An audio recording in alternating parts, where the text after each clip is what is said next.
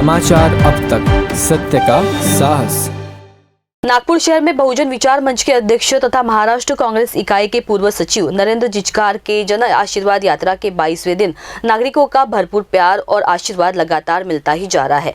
5 January 2024 को नरेंद्र जिचकार ने पश्चिम नागपुर में केटी नगर गार्डन से यात्रा की शुरुआत की। केटी नगर गार्डन, फ्रेंड्स कॉलोनी और नर्मदा कॉलोनी परिसर का दौरा कर हर घर जाकर उन्होंने स्थानिक लोगों से चर्चा कर तथा उनकी समस्याएं सुनी और यह समस्या सुलझाने का आश्वासन दिया। पश्चिम नागपुर के लोगों की समस्याओं को हल करने का दृढ़ संकल्प नरेंद्र जिचकार ने लिया है। बड़ों से लेकर बच्चों तक सब ने इस जन आशीर्वाद यात्रा को सकारात्मक प्रतिसाद दिया। हर जगह इस यात्रा के चर्चे हो रहे हैं। आइए जानते हैं नरेंद्र जिचकार ने क्या कहा। भावना असा आहे की तुम्ही कोणत्याही पदावर नसताना आणि कधी तुम्ही मत मागायला आले नाही, पण तुम्ही घरोघरी येऊन कमीत कमी समस्या जाणून घेताय, समस्या कशा म्हणजे कमी होतील त्यासाठी प्रयत्न करत आहे। आणि ह्या क्षेत्राचे जे विधायक आहे, जे आमदार आहे, यांना आम्ही निवडून दिलं, पण इथं आमच्यापर्यंत ते आले नाही, आमच्या समस्याचं समाधान करत नाही आणि काही काम नाही करत। जनता अतिशय नाराजी आहे आणि 2 वर्षापासून नागपूर म्युनिसिपल कॉर्पोरेशनच्या निवडणुका ह्या नसल्यामुळे, नगरसेवकी नसल्यामुळे लोकांना फार त्रास होत आहे। 15 फरवरीपर्यंत आमची ही यात्रेचा समारोप होणार आहे आणि 15 तारखेपासून म्हणजे 14 पासूनच 19 तारखेपर्यंत शिवशाही महोत्सव आम्ही फार उत्साहात आणि धूमधामपणे झिंगाबाई टाकळीला मागच्या वर्षीप्रमाणे आम्ही तिथं साजरा करणार आहे।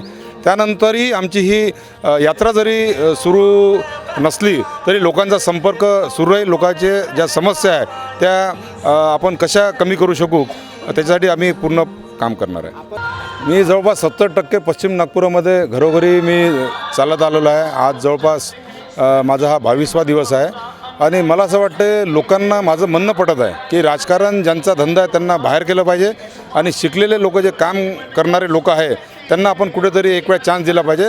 आणि अशा भावना असल्यामुळे कदाचित आणि येणारी जी निवडणूक आहे मी निश्चितपणे लढण्याचा माझा विचार राहील। सगळेच काँग्रेसचे कार्यकर्ते आणि पदाधिकारी, किशोर जिचकार, नगरसेवक माजी नगर श्यामसिंग ठाकूर, हे सगळे पदाधिकारी, इंदू भैया ठाकूर, हे आसिफ कुरेशी, आसिफ अन्सारी, हे सगळेजण, मांगे साहेब, घनश्यामजी मांगे, हे सगळेजण तुम्ही जितके लोक इथे दिसत आहेत ते कार्यकर्ते आणि पदाधिकारी आहे आणि माझ्यासोबत आहे। कारण सगळ्यांना माहीत आहे की जे नरेंद्र जिचकार ज्यांनी 22,000 परिवार काँग्रेसशी जोडले त्याला लोकसभेच्या तोंडावर समजा बाहेर काढत असेल तर निश्चितपणे ह्या पदावर, काँग्रेसच्या पदावर राहणारे मोठे नेते हे भारतीय जनता पार्टीला कुठेतरी मदत पोहोचत आहे। करणारे व्यक्तिमत्व पाहिजे, शिकलेले पाहिजे। हे कसं आहे, एज्युकेशन खूप मोठा रोल प्ले करते।